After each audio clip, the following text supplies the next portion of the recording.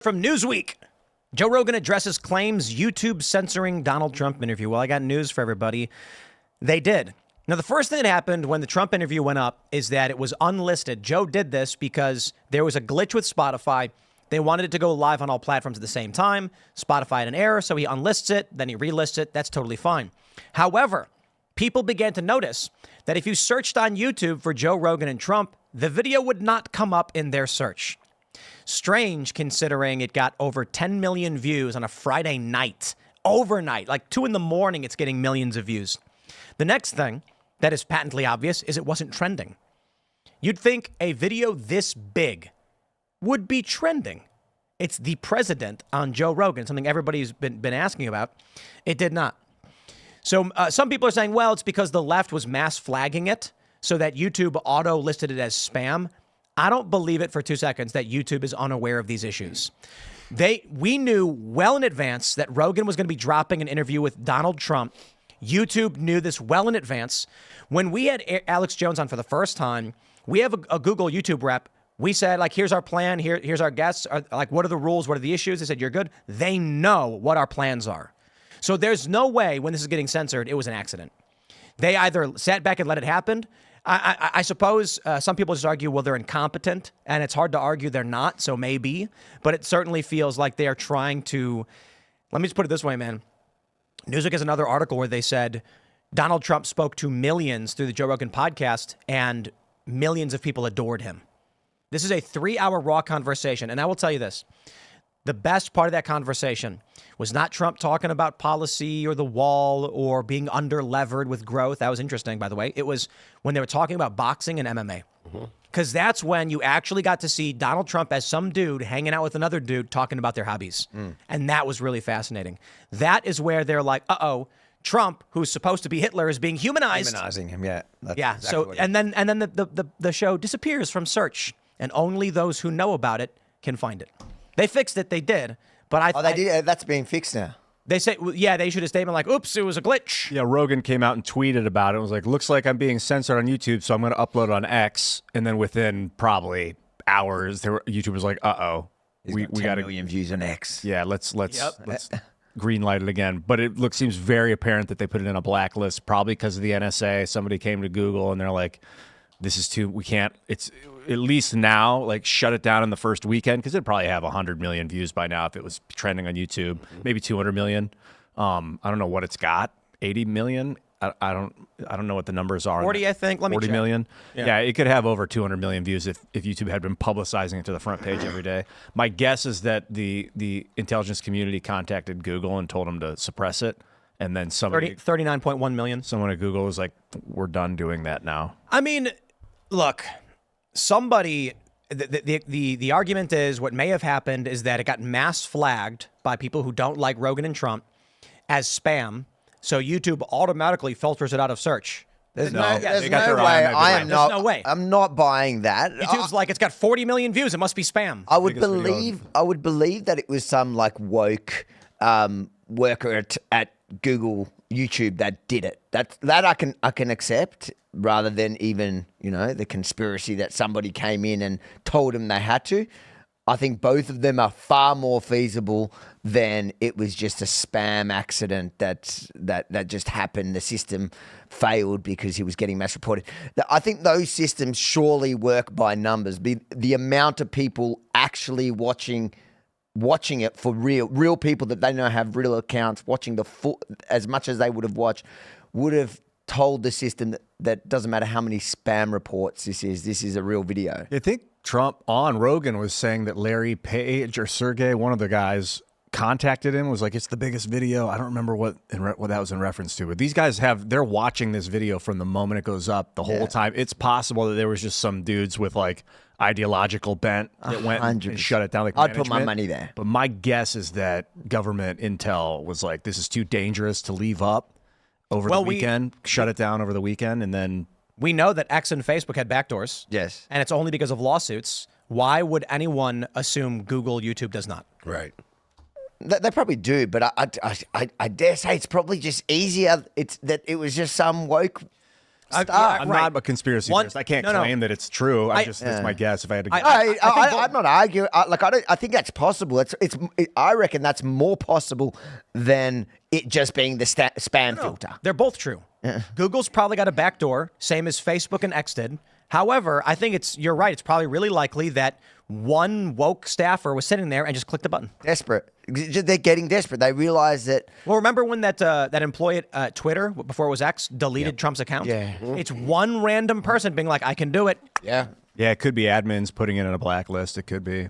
And then just being like, I'll claim oopsie daisies and I can't get fired over it. Spilled my coffee on the keyboard. Whoops. Oh, yeah. Oh, no. Because they overturned it. There goes Trump. Because if it was really the Intel community, I don't think they would have relisted it right away. They would have done it after the election, and they would have done, we've done an investigation. Yeah, they would have said, we don't know what the error is. We're trying to fix it. We're so sorry. There's a glitch in the system and we'll get it fixed. Then they would ignore it and wait till people forgot about it. It's still not trending. It should be trending. It should absolutely be It should be like front page, top and center. It's the greatest political interview of So all time. likable. He's so likable in that interview. He didn't take a sip of water through crazy, 3 hours. Yeah.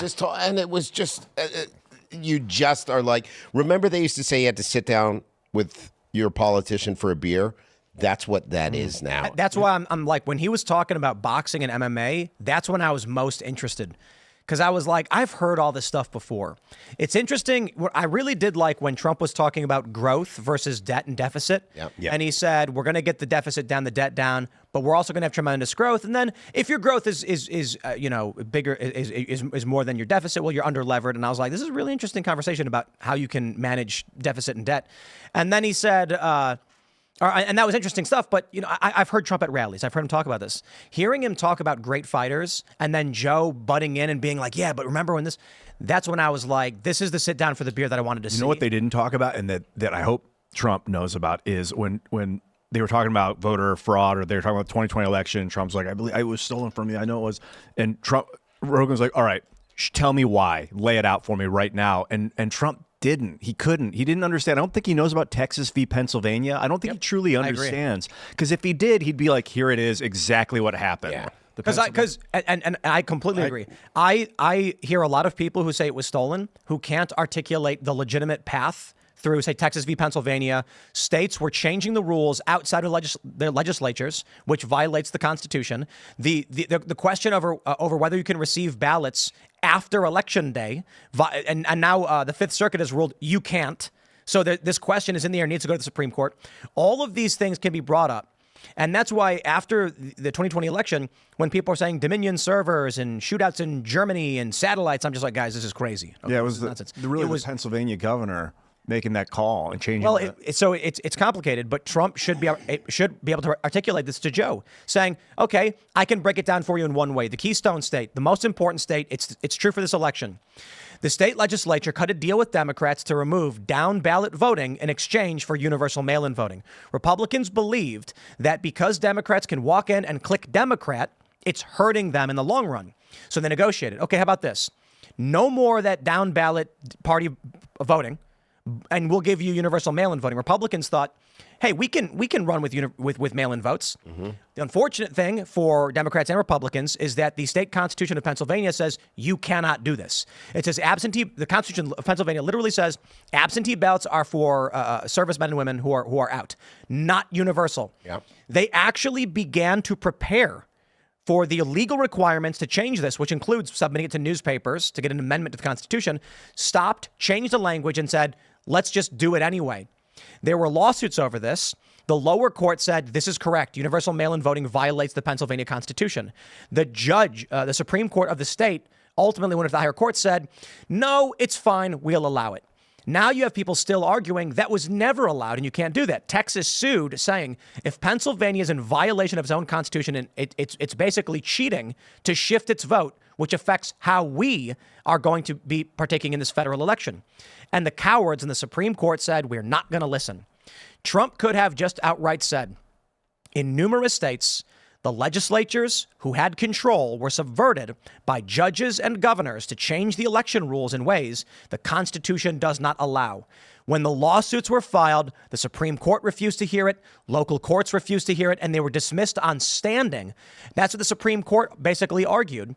All of these court cases, the majority of them, And most of them were not filed by Trump himself. The ones that Trump filed, he actually won most of them, but they argued these amount of votes won't change the election.